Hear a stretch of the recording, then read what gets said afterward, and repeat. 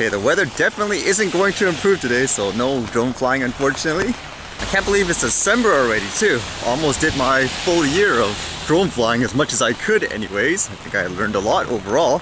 Still got a few days left. Maybe we'll get some snow and everything like that, get some different scenery. It feels like it should be snowing now actually with how cold it is. There was some interesting stuff I read today about a guy being charged for flying in a national park here in Canada with his drone. But I guess the first thing was up is everywhere. This Bali, Indonesia volcano. Basically it's going to erupt, so everyone's trying to evacuate it seems like. It says back in 1963 about that thing erupted and it caused a lot of destruction. So there's, people are getting worried about that. And they have all these live feeds and everything like that, people trying to watch them. Makes me wonder, would you actually fly a drone during a situation like that? Or would you like, nope, I'm out of here? It actually makes me wonder if that's even allowed in any way, because I would imagine most people would that be considered as quote natural disaster as well, where you're not allowed to fly anything near it. If it is about safety though, the funny thing is when it comes to volcanoes, even with YouTube videos, I see some people, they go up to volcanoes, they chuck cans of food and everything like that just to see it blow up in the lava. So it makes you wonder if it's about safety, why allow people even to do that, to go near a volcano and all that. I did read about this too. Apparently you can win a DJI Spark by playing this drone game. It was created by the NATS, it says, and whoever gets the highest score can potentially win a DJI Spark. It says, with the number of drone-related airspace incidents on the increase, NATS is committed to taking a leading role in encouraging responsible drone use. Drone Run is the latest series and initiative designed to provide practical help and advice for drone pilots. Okay, I did play this and overall it is really silly. It's essentially the drone goes forward and every time you click the mouse it goes up. If you hold it, it goes higher, it continuously flies and you want to avoid the objects. And they have kind of these areas where you can't touch, which is kind of supposed to resemble the distance you're supposed to keep away from stuff. Can't fly over 400 feet according to some regulations. If you do, it's game over. As silly as it is, I think it's kind of good to educate people. But the funny thing I kept thinking about is, what is this? Everyone has the right of way in the airway, including Santa Claus. Even when there's like, what is this, like a military helicopter coming to the ground and everything like that? When does a drone flyer get there kind of right away as well? Saying, hey, I'm just flying in the backyard for fun. What are you doing here? One funny thing I was thinking too when playing this, I think this game violates the Canadian drone laws because you can actually go above and touch the clouds without going above the 400 feet. I believe in the interim order, if I'm not mistaken, there's stuff saying you can't fly in clouds. So I guess if you want to try to win a Spark, that's one way to do it. From what I saw, from what I played, I did get on the leaderboard and all that. It seems like if you have the time of day, you can actually get infinite amount of points just from what I see anyways.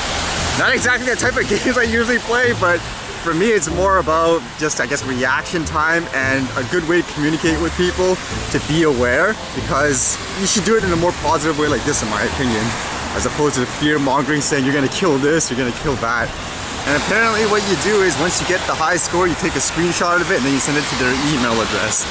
Makes me think again, why does everyone have the right of way in terms of the airspace, but if anything happens, nope, it's the drone's fault. Even like I said, when a helicopter comes that low for some odd reason, or those hot air balloons and Santa Claus. Now apparently this incident happened a while back, but according to this, it says there was a tourist that flew their drone in a national park and because of that they got fined. It says here, a French tourist has been fined for disturbing a family of grizzlies that fed on the elk carcass for several days near Fort Point this summer. A 50-year-old doctor from France was fined $500 for operating an unmanned air vehicle or drone within a national park and $1,500 for disturbing wildlife. And again, this wasn't recently, this was back way in the summer. As you guys know, there was some stuff that's changed as well in terms of flying near the animals and all that. Although at the same time, this is in a national park. To my understanding, a national park, you always need permission, for example. But the one topic about this that got me thinking is that debate about whether or not drones, they freak out the animals in a sense where they get heart attacks and all that, which is kind of what this implies. It says, according to Crown witnesses, saw Rivlin fly the drone near bears. The sow stood up on her hind legs, sniffing at the drone before electing to bring her cubs to safety underneath a nearby tree. Finally, his drone landed on the south side of the Athabasca River, witnesses allege. And then the part about the heart attack says, Ross told the court studies show grizzlies respond to drones in the form of increased heart rate, which is a fear-based response. thinking about it from bears, I mean, I just don't know what to believe in terms of the research, if there is any like quote research in that way. I still remember way back about that drone territory video where they were actually encouraging people to go there and film. It was basically on a reserve land, so to my understanding they operate under different regulations. But they were flying the drones there, capturing the bears and all that, and everything was fine. It makes you wonder like which one do you believe in terms of the animals and stuff. I just know from my personal experience, it seems like most of the animals are okay with it as long as you're not like, going right into them in a sudden way. For the most part, they're like, okay, what is this? Is it a predator? I don't care what this is. That's just from my personal experience anyways. Who do you believe in those cases? Like, for example, I'm just wondering if this is just fear-mongering or an overreaction. Kind of reminds me of that one where the drone captured some whales. It looked like that person was at least 60 meters in the air or something like that, yet you have some quote experts saying it gives the whale a heart attack, like same thing, it disturbs them. Then there's that other story that makes me think where they said they use drones in a good way where it could collect samples from the whale without actually disturbing it, in comparison to having like a boat right next to it and putting something right over its head in that case, which I would assume having a huge boat is what would scare the whale. Is it an overreaction, or do you think it's justified in that sense? I'm not surprised people react that way too. If that's all people see is these things are dangerous and all that, then yeah, that's how people react. A little overboard in my opinion.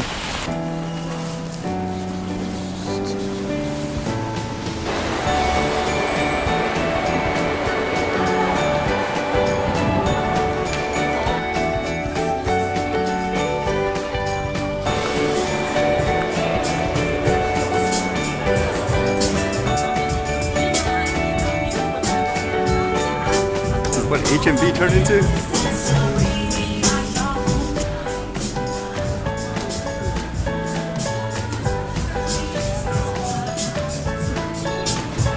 People still buy records from the store? I guess I'll have to come back later and see if there's any good Christmas gifts later on. Some additional stuff, I guess, for people.